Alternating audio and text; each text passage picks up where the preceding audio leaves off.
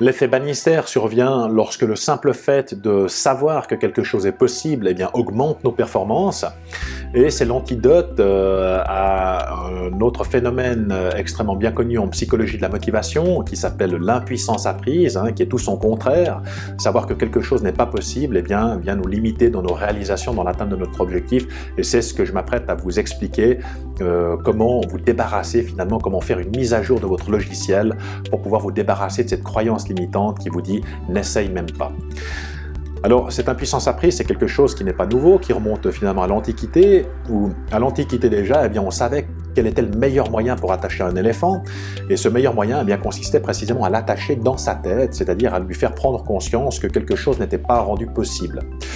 Alors on prenait un éléphanteau quand il était encore dans son jeune âge, et puis on l'attachait par une corde à une patte, et puis la corde était reliée à un piquet, et puis l'éléphanteau à ce stade de son évolution eh bien, n'a pas la force nécessaire pour pouvoir rompre la corde, et il va essayer plusieurs fois, et puis quand il va s'apercevoir qu'il n'est pas possible de rompre cette corde, eh bien va adopter cette croyance de dire ok, une fois que je suis attaché, je ne peux pas m'échapper, donc je vais rester là. Une fois parvenu à l'âge adulte, eh bien, cette croyance est complètement implémentée dans son cerveau, donc il a adopté cette croyance, et puis malgré le fait que eh bien, son évolution, sa force est colossale et qu'il pourrait facilement rompre la corde, eh bien, il n'essaye même pas, et il va demeurer dans cette situation.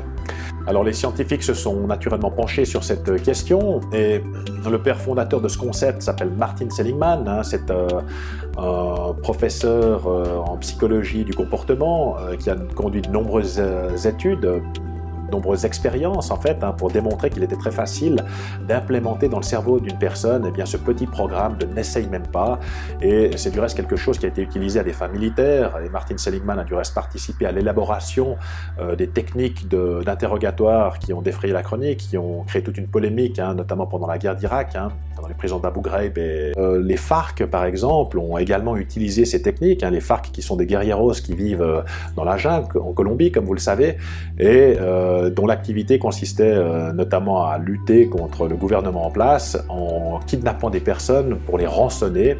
Ingrid Betancourt en a du reste fait les frais. Et bien comme ils sont dans la jungle et qu'ils n'ont pas de prison pour pouvoir enfermer la personne physiquement et faire en sorte qu'elle ne s'échappe pas, eh bien il s'agissait de mettre la personne à genoux, de lui faire réciter de manière inlassable « solo, solo, solo »,« je suis seul, je suis seul, je suis seul », et finalement eh bien, la personne finit par intégrer le fait qu'elle est seule, comprendre qu'elle est livrée à elle-même, qu'elle ne peut pas s'échapper, qu'aucune aide ne va lui parvenir, et qu'il est finalement meilleur pour elle de rester avec ses ravisseurs, parce que s'échapper dans une jungle hostile eh bien, peut peut-être signifier la mort. Donc en fait, on vient simplement plonger la personne dans le désespoir, et comme on le sait, eh bien, le désespoir va impacter notre motivation, on va même plus essayer de pouvoir s'échapper. Une autre expérience qui a été réalisée beaucoup plus pacifique, celle-là, mais qui vous démontre comment finalement ce petit programme vient s'installer de manière insidieuse, de manière volontaire ou même de manière suggérée, eh bien c'est une expérience qui a été menée par Charis Nixon, cette psychologue américaine qui a réalisé cette expérience avec sa classe, où elle leur a proposé d'en faire l'expérience en se livrant à un simple test, un test où il s'agissait de trouver des anagrammes. Un anagramme, c'est un mot qu'on prend, et puis en mettant les lettres dans un ordre différent, eh bien ça donne un autre mot. Et en fait, elle a créé deux feuilles. Sur une première feuille, il y avait 3 mots avec des anagrammes possibles. Et puis sur la deuxième feuille, la deuxième copie, eh bien, il y avait les 2 premiers mots qui sont des mots qui n'ont pas d'anagramme, donc c'est impossible d'en trouver un. Et le 3e mot est identique en fait sur les 2 copies. Et puis elle distribue ces feuilles de manière aléatoire dans la classe, en demandant à ses élèves de garder la feuille tournée face vers le bas, et puis dire ok, vous ne regardez pas sur le bureau de vos voisins, vous ne trichez pas, vous réalisez cette expérience de manière solitaire, et retournez votre feuille maintenant, et puis prenez le premier mot, et quand vous avez trouvé, vous levez la main. Et tous les élèves qui ont reçu la première copie, donc avec les 3 anagrammes possibles, eh bien, trouvent rapidement la solution, lèvent la main, alors que tous les autres, eh bien, fatalement, comme il n'y a pas de solution pour le premier mot, eh bien, ne trouvent pas. Et là, on peut voir déjà sur le visage des gens un certain désarroi, donc on se rend compte qu'il y a plein de gens qui trouvent, mais que nous-mêmes ne trouvons pas la solution, donc ça vient résonner un petit peu en nous, il se passe un truc, Et puis, on en prend acte et on passe au deuxième mot. Deuxième mot, c'est la même chose qui se passe. Tout le monde qui a reçu la première copie trouve facilement le premier mot.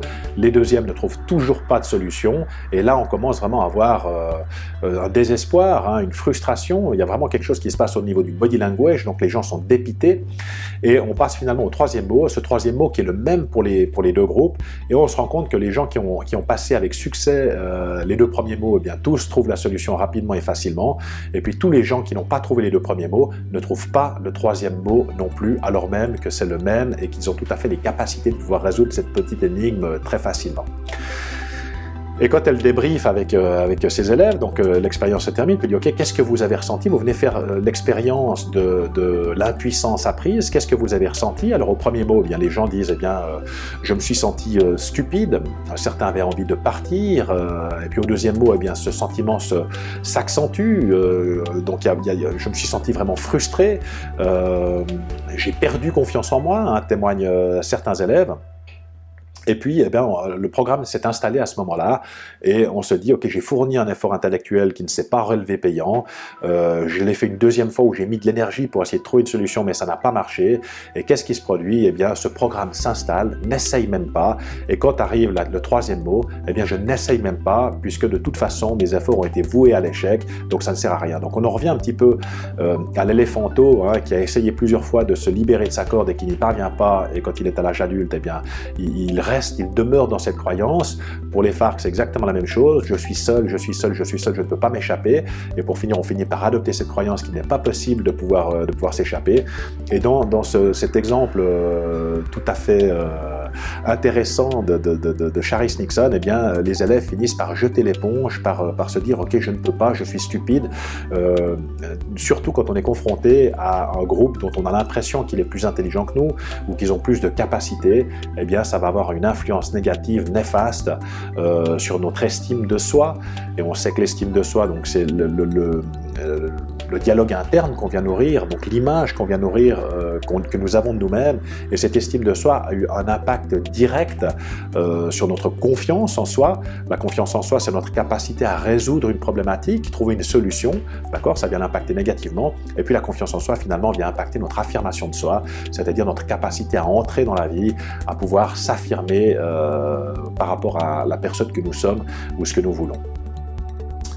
Alors, vous voyez qu'avec une simple confrontation en quelques minutes, du reste cette expérience est visible sur le net, en tapant Charis Nixon, eh bien vous tomberez sur cette petite expérience que je vous invite à regarder, c'est tout à fait éloquent. Et eh bien vous voyez qu'en se confrontant à un groupe ou bien en se comparant à d'autres, eh bien on arrive facilement, très facilement même, à venir installer ce petit programme, ce malware, ce cheval de Troie dans notre esprit, et puis finalement terminer par ne pas essayer, par ne pas se donner la peine, même pas jeter l'éponge avant même refuser le combat en quelque sorte, et eh bien ça va impacter plusieurs compartiments de notre existence. Du reste, il y a plusieurs conséquences à cette expérience. La première, eh bien, c'est un sentiment que la situation est permanente. Donc les gens vont se dire « Oh là là, mais c'est toujours comme ça, c'est jamais, c'est personne, c'est tout le monde ». Donc ils vont avoir tendance à utiliser des mots de cette nature. La deuxième, eh bien, c'est un sentiment d'être victime. La deuxième conséquence, un sentiment de victimisation. C'est toujours sur moi que ça tombe. On va les retrouver en se disant « Mais c'est pas de ma faute, j'y suis pour rien ». Donc on va tenter de se dédouaner du fait qu'en fait c'est pas de ma faute si j'y arrive pas, je ne peux pas faire autrement, j'y suis pour rien. Et puis la troisième conséquence, qui est aussi gravissime en fait, eh bien c'est un sentiment d'envahissement. On va avoir l'impression que cette incapacité envahit tous les secteurs de notre vie.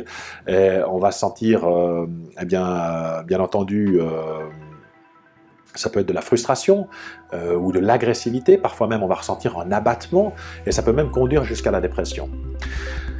Vous voyez que cette impuissance apprise, c'est quelque chose qui peut s'installer, s'insinuer très facilement dans notre esprit. Il suffit simplement de vivre un ou deux échecs à répétition, de se sentir en dessous de la moyenne, de se dévaloriser, et ça va avoir finalement une incidence sur le reste de notre vie. Donc c'est la raison pour laquelle il est intéressant de venir faire une mise à jour de notre programme interne, de notre software qui tourne, et puis de se dire, de venir instaurer des messages beaucoup plus positifs, venir adopter ces croyances, de se dire ok, j'en suis capable, c'est tout à fait possible, je vais trouver une solution, on va essayer puis on verra bien. Garder ce côté positif finalement qui nous permet de nous lancer dans de nouveaux challenges, de relever de nouveaux défis, de saisir des opportunités plutôt que simplement de se dire ok, je n'essaye même pas, je ne vais pas y arriver. Ça me fait penser à une phrase de Jack Canfield qui dit ne t'inquiète pas de l'échec, inquiète-toi plutôt des chances que tu manques si tu n'essayes même pas. Et peut-être que la question que j'ai pour vous, c'est peut-être de réfléchir aux différentes situations de votre existence, à votre vécu, aux expériences de vie que vous avez faites. Est-ce qu'il vous est déjà arrivé de ressentir cette frustration, de vous dire que vous étiez nul, que vous n'aviez pas le niveau, que vous ne pouviez pas le faire? Et si c'est le cas, eh bien, de venir réinstaller ce petit programme tout à fait positif, de vous dire, de vous donner du cœur à l'ouvrage, de vous dire j'en suis capable, je peux le faire, je peux y arriver. Et vous voyez tout de suite qu'en vous disant en vous faisant ces simples suggestions, eh bien, ça va impacter positivement votre motivation et vous donner précisément ce cœur à l'ouvrage.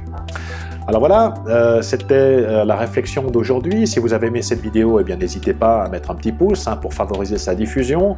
Peut-être que vous avez également dans votre entourage des gens qui souhaiteraient entendre ce message, qui sont dans cette dynamique de n'essaye même pas. Eh bien c'est une occasion pour eux de pouvoir remettre à jour ce software, d'enlever ce virus qui nous limite dans nos réalisations.